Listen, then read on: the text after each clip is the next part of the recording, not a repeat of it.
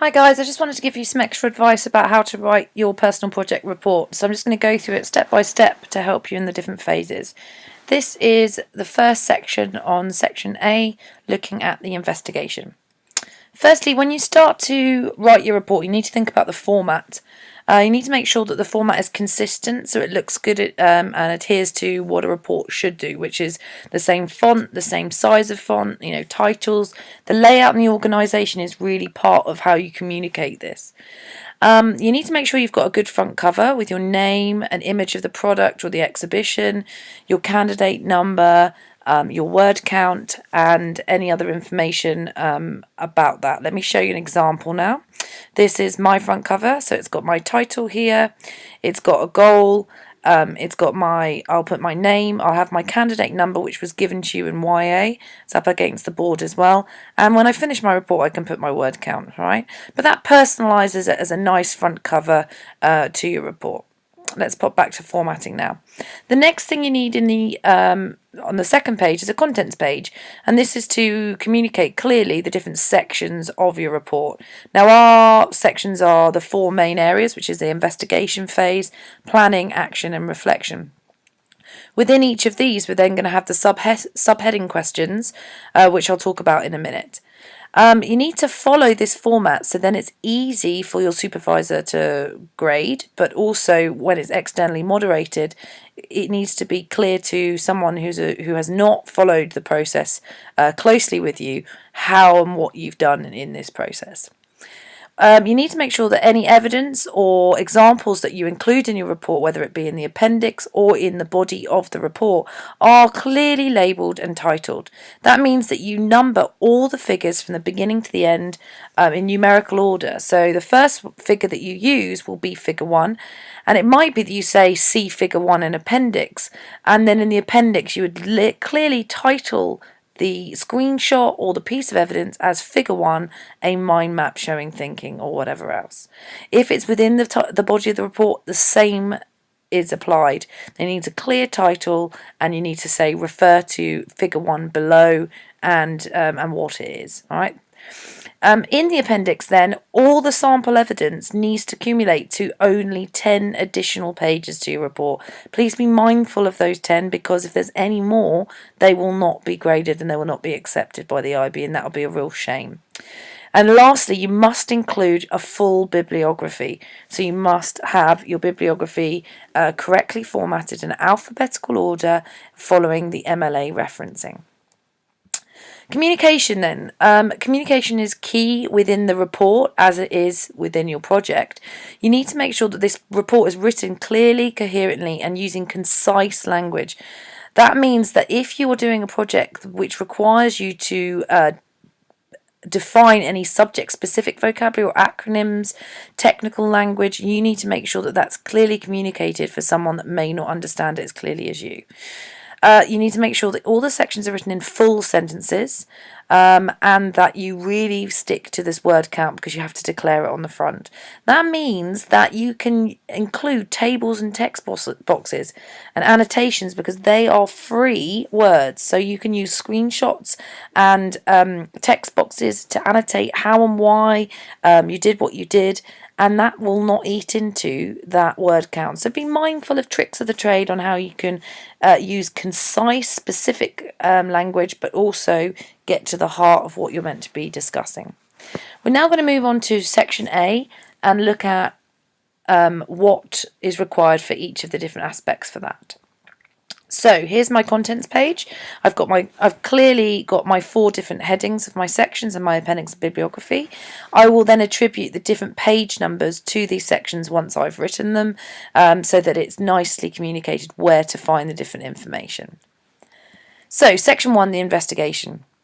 Here is my first subheading then. I need to include my subheading because it directly links to the criterion strand. How did you define a clear goal and global context for the project based on personal interest? So there's 2 aspects to this criterion strand. You need to make sure that you not only clearly state what your goal is. You may want to put your goal in a text box so that it really stands out. And within that, you may want to define any key terms or vocabulary within the goal.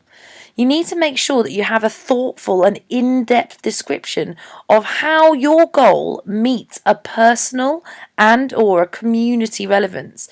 Now, by showing that your project and your goal is extending further than just your own personal achievement, that's how you're demonstrating how it's highly challenging.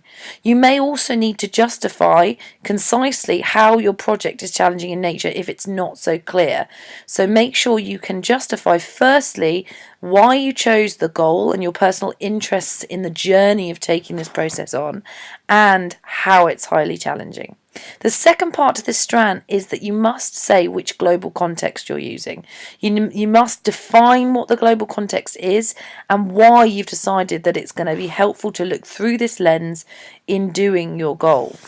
To get further information on global context, if you go onto its manage back, you will find under files there is a document under criteria A under global context about the different global contexts, and these help you to refine and understand and go back to this global context understanding and think about what was it that your inquiry was focused on. Why did you choose personal cultural expression? What did you want to look at within that, and how have you explored that, or how do you intend to explore that? Okay, going back then, please make sure as well that you only have one global context for your project. Criterion strand 2 for section A. What prior learning and subject-specific knowledge was relevant to the project, or do you have? What subject-specific knowledge really requires you to set a baseline, as in like, what do you currently know, or what did you know at the beginning of the process? You may want to refer to specific detailed examples. I knew X, but I needed to find out more about Y, for example. You need to try and think about whether there was any MYP subjects, such as design, the design cycle, art, English, that links to what you're doing with your goal. So you're trying to draw together and transfer the knowledge from multiple subjects. Again, the key here is to be specific and choose examples of how and what knowledge you had before. You may want to use the document on its learning, which was I know, I want to know, and the inquiry questions you're looking into as additional evidence, because it clearly shows how you're thinking through the aspects of this criterion strand. Lastly then, criteria, the third one is how have you demonstrated researching skills? Now, it's important that you think about the different researching skills that you demonstrated in your project. Most of the skills that you focused on was the variety of sources that you found. So you need to be thinking about how have you demonstrated the different types of resources and show this through referencing to your bibliography. That will be after your appendix, but you need to say I've demonstrated a variety and why and how that has helped you within your research. Secondly, you need to make sure that in your bibliography, as I mentioned before, that it is all correctly referenced and it's accurate, because that's part of demonstrating good researching.